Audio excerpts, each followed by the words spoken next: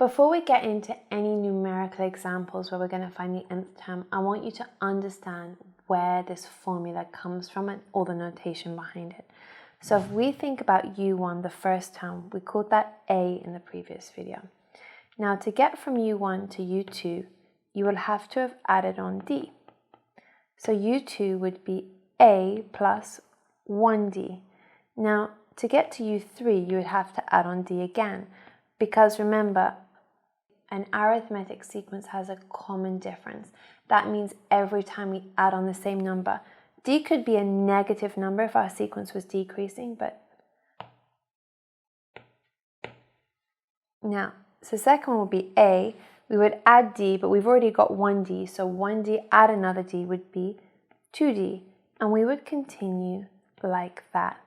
So to get to u4 from u3, I would say the previous term, which is a plus 2d, add another d, a plus 2d plus another d, so that would give me a plus 3d, and we would continue like that. Now, do you notice anything? Do you notice a connection between the term number and the term? It might help if we think about the first term as a plus 0d, because there's no d in the first one. Did you spot it? Well, the formula is that each of them has an a. That comes because our first term is a. And because every time we've added on d, we always have one less d than the term number. By the second term, we've added d once, so we had 1d.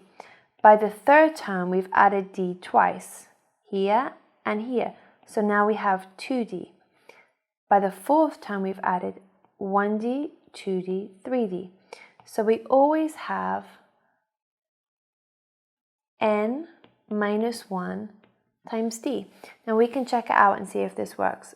For u5, we would have a plus 3d, and we would have added on another d. So now we would have a plus 3d plus d, which if we collect our like terms would be a plus 4d.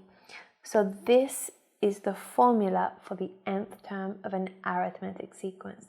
In Key Skill 2, I'm going to show you how to use this formula to solve actual questions.